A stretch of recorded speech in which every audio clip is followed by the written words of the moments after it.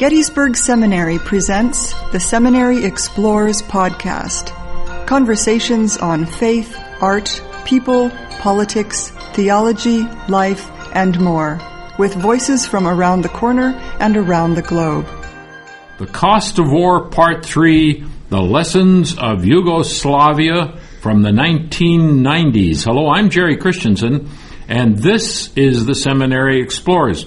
James Roach is the former Chief of Interpretation and Visitor Services at the Gettysburg National Military Park, and at the end of his career with the Park Service, he was the site manager at the Eisenhower National Historical Site, and he has spent a good deal of time traveling in and thinking about Yugoslavia, and so we want to ask him today about his experiences there.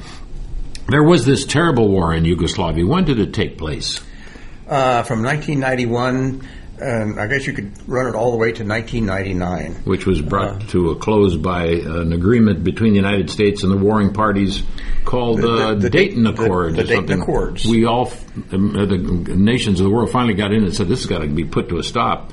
Different kind of a war, wasn't it, in some ways? But before I jump to that conclusion, let's talk a little bit about background. What do we need to know about the situation in the former Yugoslavia? Well, it goes back to pre-World War I, when there was Serbia, and it was a totally separate country. The areas now of Croatia, Slovenia, and Bosnia-Herzegovina were all part of the Austria-Hungarian Empire.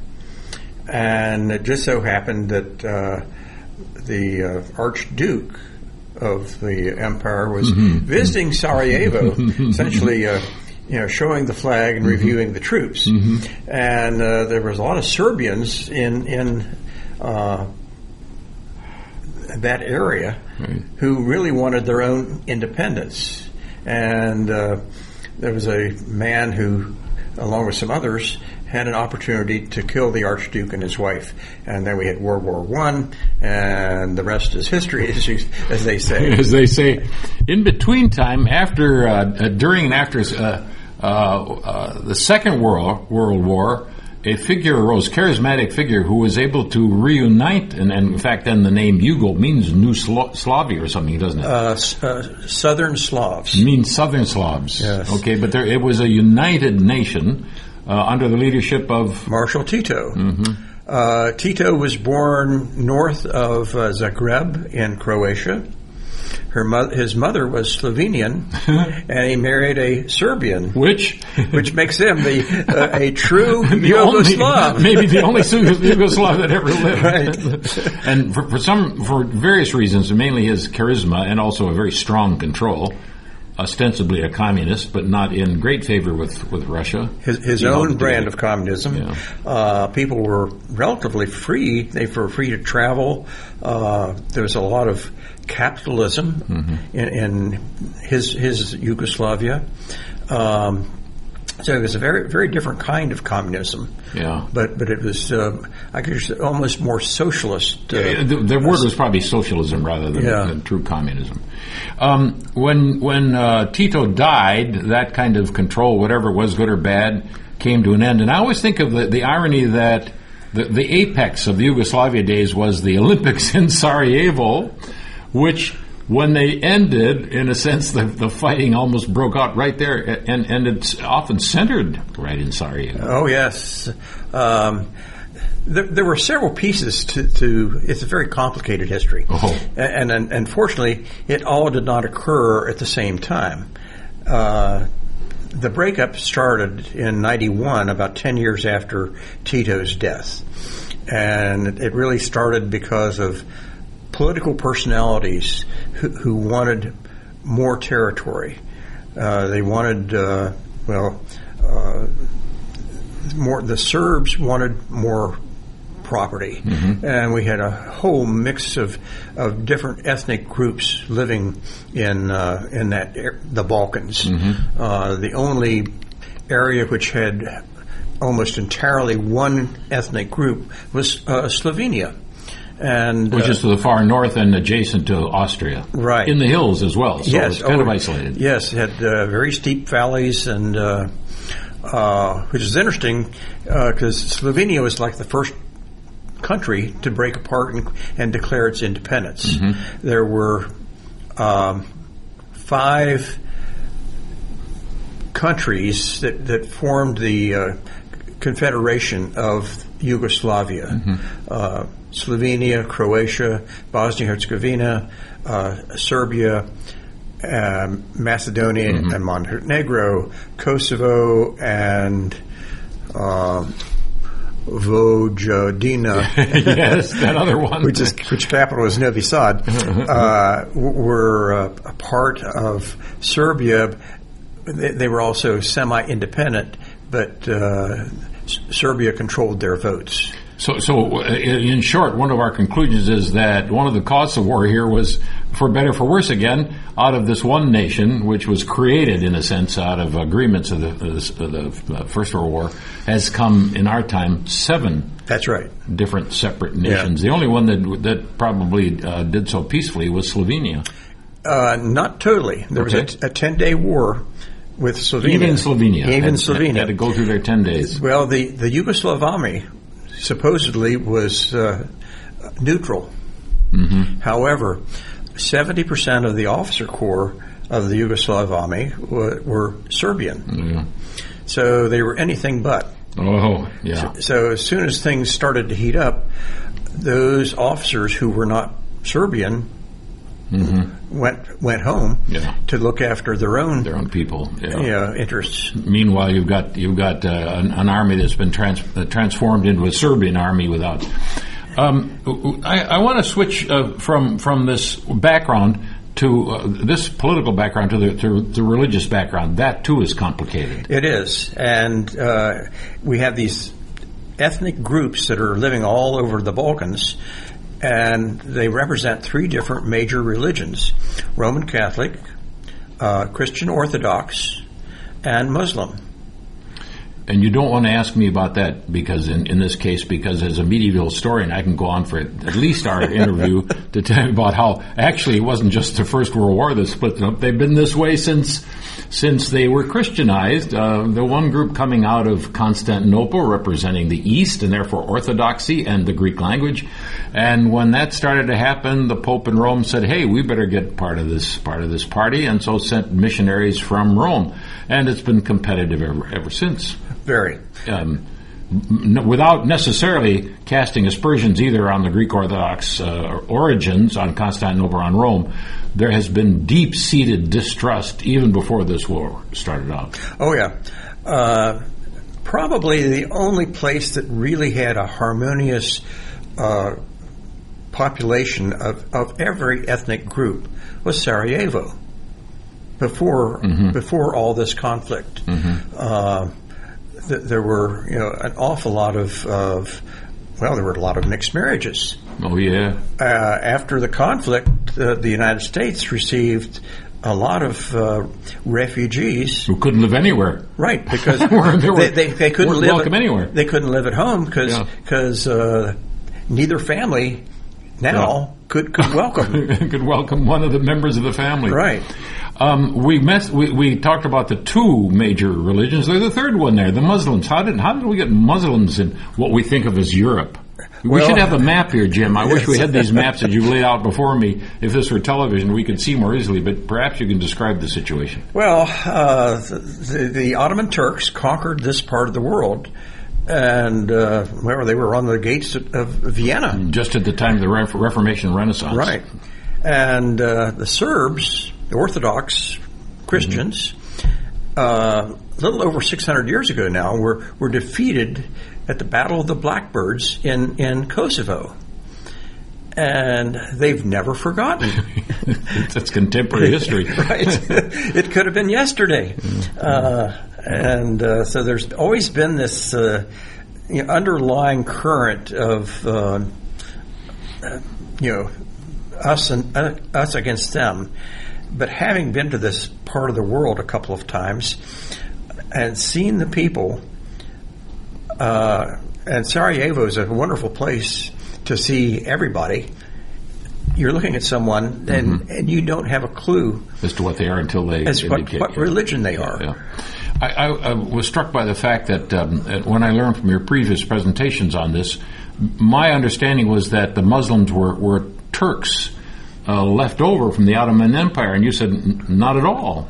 Well, might be some, but I'm sure there are some. Yeah, but they went in and they made it difficult if you were not a Muslim. Mm-hmm. You had to pay extra taxes and do other things. You could still be a Christian. It's just that you were not a first class citizen. Yeah. And so people converted. Right. So these are converts to Islam. Yes, it was easier to convert than Slavs. And have a better life than to be a second class. Yeah. So the complexities go on and on. We're talking about Yugoslavia as part of our series on the cost of war, and our guest is Jim Roach, who at the end of his career was the site manager of the Eisenhower National Historical Site. I'm Jerry Christensen. Glad you could be in on our conversation today. To personalize all this, let's spend the second half of our program, Jim, with the people you met in your travels and the situations where you found them, and also what their reflections told you about Yugoslavia. Our first visit to the area was in 2005. We were taking a boat cruise from Budapest to the Black Sea on the Danube River, and one late afternoon we docked in a town called Vukovar in Croatia, and noticed some damaged buildings and a water tower. And the next day we had a tour, and we rounded the corner in the bus, and it was, oh my goodness gracious, I completely forgot about the war, and that was recent, barely 10 years. Mm-hmm. And a great deal of the town, even in 2005, had been destroyed. Had been destroyed, and they were still just beginning to rebuild. Mm-hmm. And we had a home-hosted lunch in a village halfway between Vukovar and Osijek, which is the capital of Slavonia, mm-hmm. which is the province of Croatia, not to be confused with Slovenia yeah. or Slovakia. Okay. But Slavonia is the flat part of Croatia. Mm-hmm. Anyway, the lady of the house, her house had been completely destroyed and had, she had recently been rebuilt, and she'd moved back, and through a translator she told us just how bad it was when the Serb army, actually the Yugoslav army, the JNA, mm-hmm. came marching through. At that time they were essentially on their way to Zagreb, mm-hmm. but they stopped well before they ever got to Zagreb. My impression was that this was not a war between armies and pitched battles, as much as it was to frighten people out of their homes, drive them away. Right. Kind of somewhere between a land grab and ethnic cleansing. I haven't got the words to describe this conflict. I don't know if I've ever seen or heard of the same. Well, I would say ethnic cleansing. Certainly you think it was that. Yes.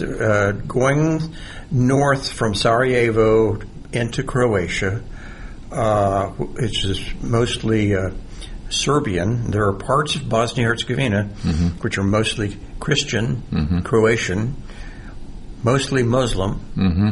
or mostly Serbian today. Yeah. Before the war, all these areas were mixed.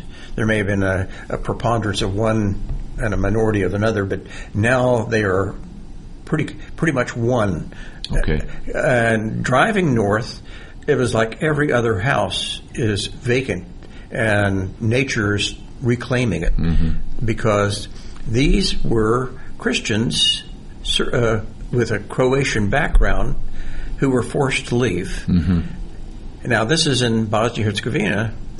Now, at the end of the conflict, the Serbs had captured a good part of what was a Serbian area of Croatia. About a third of Croatia was in Serbian hands. But the Croatian army staged a massive, almost a blitzkrieg, and recaptured this former territory. Right. So I'm sure that you'd find that the former Serbian part of Croatia now also has vacant property because they drove the Serbians out, or at least they fled. As a 4 million people became displaced of all backgrounds. Right, not just Serbs, not just Croatians, not just Muslims. The 4 million. Where did most of them go? Some settled in the United States. We had those with mixed backgrounds, certainly did. However, if you were Croatian, you moved to Croatia. Mm-hmm.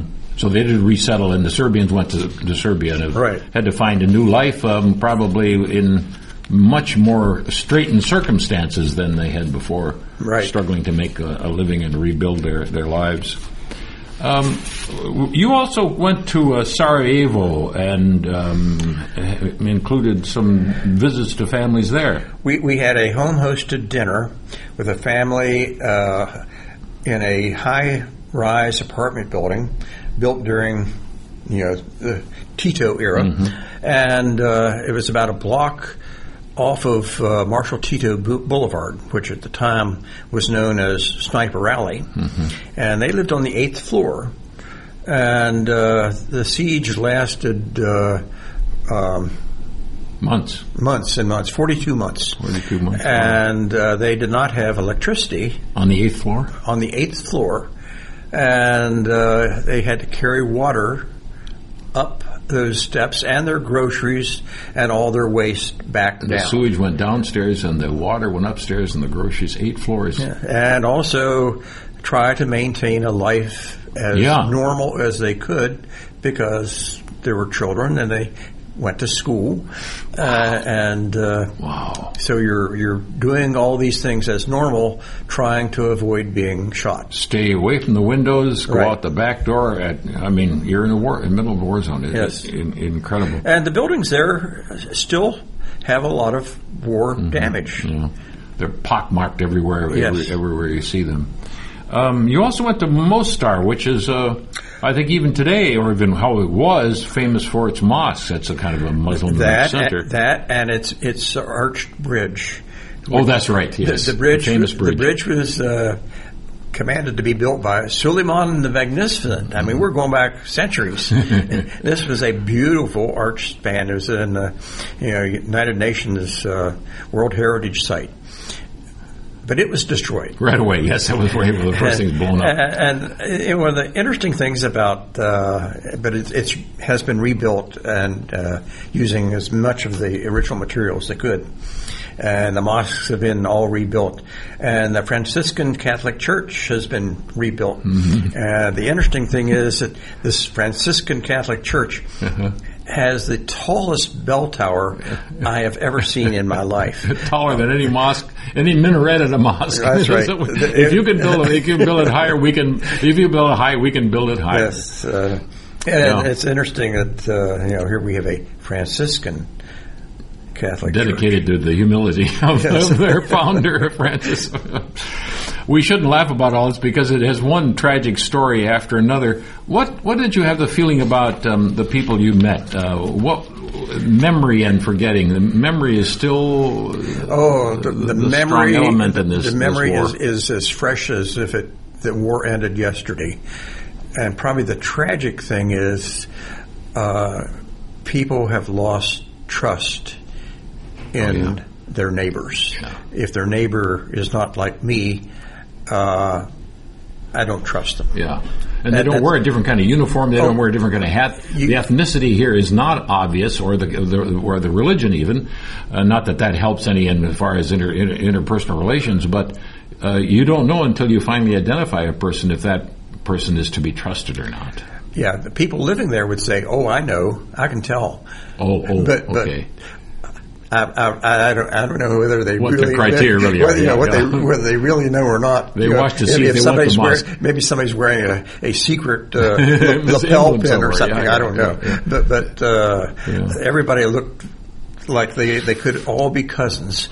I don't believe that I intend to be a pessimist, but if this has lasted 600 years since the Battle of the Black Blackbirds, black Battle crows. of the Blackbirds, yes. And beyond that, or since then, the occupation of Muslim Turks, of Serbians, of Croatians, and so on. It's not likely that this is going to be something that's overcome immediately. I don't think so. But what ways do you think we can hope for some remediation? People living together again for a while, in service to one another? Yes, and they share an awful lot of common history and even common traditions. There are dances called circle dances that are performed all over the area, including the airports. Well, including where we caught our bus in Mostar. We got off our bus and there was a group of elderly Bosnian Herzegovinians, and they could have been the AARP of Bosnia there.